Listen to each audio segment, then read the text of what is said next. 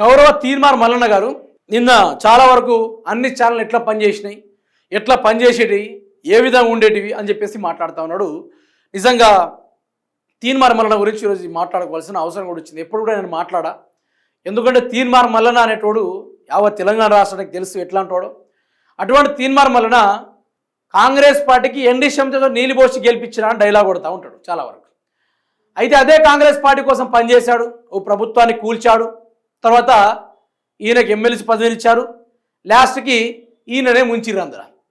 అయితే ఇప్పుడు ఈయన ఏమంటాడు, ఈయన కొత్త పార్టీ పెట్టిండు కదా టీఆర్పీ అని చెప్పేసి. ఆ టీఆర్పీ పార్టీ పెడితే ఇక గెలిచేది నేనే, బీసీ ముఖ్యమంత్రి అవుతాడు. సరే, అది నేను దానికి వ్యతిరేకం కాదు, నేను అస్సలు వ్యతిరేకం కాదు. మీరు బీసీల కోసం కొట్లాడండి, అదేవిధంగా ఈ యొక్క సామాజిక వర్గాల కోసం మీరు కొట్లాడేది అది మీ ఇష్టం, అదేవిధంగా జనాలు కూడా అదే కోరుకుంటారు. I really hats off that. ఇంకోటి ఏంటంటే తీన్మార్ మల్లన్న మాట్లాడతావు, ఏనాడైనా కాళేశ్వరం గురించి ఇది పనికొచ్చింది, దీనివల్ల తెలంగాణ ఎండిన గొంతులకు నీళ్ళు వచ్చినాయని చెప్పేసి ఏనాడు తీన్మార్ మల్లన్న మాట్లాడాల. రైతు బంధుతోటి రైతులు ఏ విధంగా రైతాంగం ముందుకు సాగిందో దీని గురించి ఈ తీన్మార్ మల్లన్న మాట్లాడాల. నీళ్లు లేక పొలాలు ఎండిపోతూ ఉంటే ఆడికొచ్చి కేసీఆర్ వాళ్ళకు పంట పరిహారం నష్టమై బిడ్డకి ఎట్లా పెళ్లి చేయాలని చెప్పేసి ఏడుస్తూ ఉంటే ఆ తల్లికి ఆర్థిక సహాయం చేస్తే చూసి కూడా ఓర్చుకోలేకుండా ఆడికి పోయి పంటలే ఎండిపోలే, కావాలని ఎండబెట్టుకున్నారు, ఇదంతా డ్రామా జరిగిందని చెప్పేసి ఈ మనిషి మాట్లాడింది. ఆడ 40-50 మందితో గ్యాదర్ అయ్యి ఓ పెద్ద డ్రామాని కలకాలని సృష్టించాడు. సో ఈ మనిషి ఎట్లా అంటాడంటే, ఇప్పుడు ఓ లెక్కని చెప్పాలంటే తెలంగాణ మొత్తం తల్లడిళ్ళ ముందు చచ్చిపోతాయి కూడా సంబరంగా చూసే వ్యక్తి లెక్క తయారైంది. ఇప్పుడు ఒకసారి ఈయన మాటల్ని విందాం, విన్న తర్వాత మాట్లాడదాం. చూడు, TV9 ఛానల్ ఎవరిది? రామేశ్వరరావుది. రామేశ్వరరావు వయా మోడీ, మళ్ళా ఇదే మోడీ కథ. ఎన్టీవీ ఛానల్ ఉంది, ఎన్టీవీ ఛానల్ ఎవరిది? ఇదే నరేంద్ర చౌదరిది. మళ్ళా ఇందులో మెగా కృష్ణారెడ్డి గారి పెట్టుబడులు, TV9 లో ఆయన పెట్టుబడులే. వీళ్ళంతా మోడీకి కప్పం కట్టేటోళ్ళు. ఇది ఈటీవీ. ఈటీవీ ఎవరిది? కమ్మవారిది. కమ్మవారి అధికారంలో ఉన్నారు, కమ్మవారు వాళ్ళతో పొత్తులోనే ఉన్నారు మోడీతోటి. ఆ తర్వాత ఏబిఎన్ ఆంధ్రజ్యోతి, ఇదైతే కుట్టు ఓపెన్ నంగా బరి మాటలకు చంద్రబాబు ద్వారా చంద్రబాబు ఎన్ని రోజులు వాళ్ళతో సోపతుంటే అన్ని రోజులు వాళ్ళతో ఉంటాడు. ఆయన నిడిచిపెట్టనే ఈయన నిడిచిపెట్టాడు. ఇక ఈ రకంగా ఇక ఈ V6 ఛానల్ ఉంది. V6 ఛానల్ మీ అందరికీ ఎక్కే ఆయన దాని ఓనర్ ఎటు మారితే ఇది మూవ్మెంట్ అటు మారుతా ఉంటుంది. ఆయన రకరకాలుగా ఒక్కొక్క పార్టీ 2 మాటలు పోయి తిరుగుతూ ఉంటాడు, ఈయనట్టే మారుతా ఉంటాడు. ఇక చిల్లర చిత్ర ఛానల్ ఉన్నాయి కానీ అవి లెక్కలకి ఏం రావు. ఇంకా జీ తెలుగు, ఇంకా మీకు జీ తెలుగు అయితే తెలుసు. ఆడ యుద్ధం జరుగుతూ ఉంటే కాళేశ్వరం హరీష్ రావు ప్రాజెక్టు మీద ఏంటని చర్చ జరుగుతా. మీరు రాసి పెట్టుకోండి. అక్కడ యువత మిమ్మల్ని జంతర్ మంతర్ కాడ ఉరికిచ్చింది కదా, ఇక్కడ యువత మిమ్మల్ని తన్నకపోతే అన్నాడు. ఎందుకంటే ప్రజా ఆకాంక్షలకు భిన్నంగా ప్రజల విద్యార్థుల వీళ్ళ సమస్యలు పట్టించుకోకుండా మీరు మీ సొంత ఎజెండాలతోటి ఇక్కడ ప్రభుత్వం ఇచ్చే రాయితీలతో ప్రజల పన్నులతో అడ్వర్టైజ్మెంట్లు తీసుకుంటామంటే మిమ్మల్ని ధన్య రోజులు తప్పకుండా వస్తాయి. దానికి తీన్మార్ మల్లన్న నాయకత్వం వహిస్తారు. మీరేం వరి కాకండి, ఆ విషయం తప్పకుండా అవుతుంది ఆ పని. అయితే మల్లన్న మాట్లాడిన ముచ్చట ఇదైతే ఉంది. ప్రజలు తన్ని తరుముతారు, ఆ రోజులు కూడా దగ్గర ఉంటాయి. ఆ రోజుల్లో దగ్గరకు వస్తూ ఉంటే దానికి బాధ్యత కూడా తీన్మార్ మల్లన్న వహిస్తాడు. తొక్కి నారదీస్తారని చెప్పేసి ఈ ఛానల్ గిట్లా పనిచేస్తున్నాయి, గా ఛానల్ గట్లా పనిచేస్తున్నాయి అని చెప్పేసి మాట్లాడిండు కదా. నేను కూడా మాట చెప్పదు తీన్మార్ మల్లన్న గారికి, మరి తెలంగాణ తలడిల్తా ఉంటే నీ ఛానల్ ఏం చేస్తూ ఉంది సార్ అక్కడ?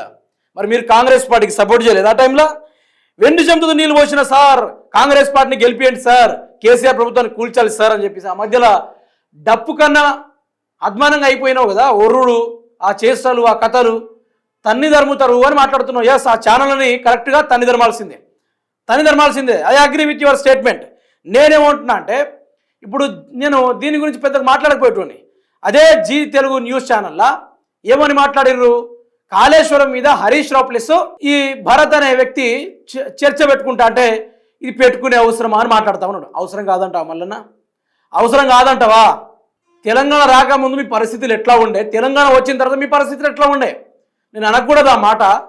10 రూపాయలు చాయ్ పైసలు కొట్టమని చెప్పినావు కదా, ఆ పైసలతోటి ఆ పైసలు యాడ్ నుంచి వచ్చినాయి అనుకున్నావు. ఒక్కొక్కరు 1000 కొట్టిర్రు, 10,000 కొట్టిర్రు, 5,000 కొట్టిర్రు. ఆయన మర్చిపోయినా మల్లన్న? ఆయన కొట్టడానికి ఆడ నుంచి వచ్చినాయి. ఈరోజు కాళేశ్వరం ద్వారా తెలంగాణ నీళ్లు తడిపి తెలంగాణ బ్రహ్మాండంగా అభివృద్ధి అయితే దాని గురించి నువ్వు మాట్లాడవు. మన నీళ్ళు ఎవడో దోసుకోబోతుంటే దాని గురించి నువ్వు మాట్లాడవు. రేవంత్ రెడ్డి అన్యాయం చేస్తూ ఉంటే దాని గురించి మాట్లాడవు. ఈ మధ్యనే బీసీ ముసుగులో దాక్కొని డ్రామాలు చేస్తూ ఉన్నావు. ఈరోజు బీసీ బిడ్డకు అన్యాయం జరుగుతూ ఉన్నాయి. మరి ఎందుకు మాట్లాడలే మళ్ళన్నా? బయటికి వచ్చి ఎందుకు మాట్లాడి అడుగుతున్నా. మరి ఈరోజు బీసీ నాయకుడిని తయారు చేస్తా, బీసీ నాయకుని ముందు నిలబడతా అని మాట్లాడే మీరు మొన్న మున్సిపల్ ఎన్నికలు ఎడిపోయిర్రు అని డ్రామాలు పండుతూ ఉంటాడు. ఇవన్నీ పక్కన పెడితే తన్ని ధర్మాలే అని చెప్పేసి మాట్లాడాడు కదా. ఈ మాట విన్న తర్వాత తీర్మానం అయితే తన్ని ధర్మతారు ప్రజలు. మీరే వినుర్రి.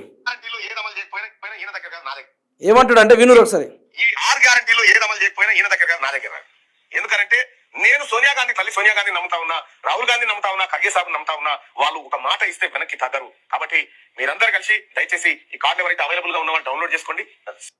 చూసారా, ఈ కార్డు అవైలబుల్ ఉన్న వాళ్ళందరూ డౌన్లోడ్ చేసుకోర్రి. సోనియా గాంధీని, మల్లికార్జున ఖర్గేని, రాహుల్ సాబ్ని నమ్ముతా ఉన్నా ఈ కార్డు ఏటీఎంలో పెట్టగానే 6 గ్యారెంటీ నుంచి ఒక గ్యారెంటీ బయటపడుతుందట. మనం తీసుకోవాలి. అది ఈ మల్లిగాడు మాట్లాడే మాట సిగ్గుందా మల్లన్న? తెలంగాణ ప్రాంతం గురించి మాట్లాడితే నీకు నొప్పిందా? నాకు అర్థం కావట్లేదు. తెలంగాణ కరువు కాటకాల్లో ఉంటే బ్రతికే ఛాన్స్ లేకుంటే తెలంగాణ ఆగమవుతా ఉంటే ఆ కాళేశ్వరమే కదా, దానివల్లనే కదా వ్యవసాయ రంగం పెరిగింది. రైతుల్లో ఆశతోటి వలస పోయిన తిరిగి వచ్చి వ్యవసాయం చేసుకున్నది. ఇవన్నీ సిస్టమ్ సబ్జెక్ట్ గురించి నువ్వు మాట్లాడవు.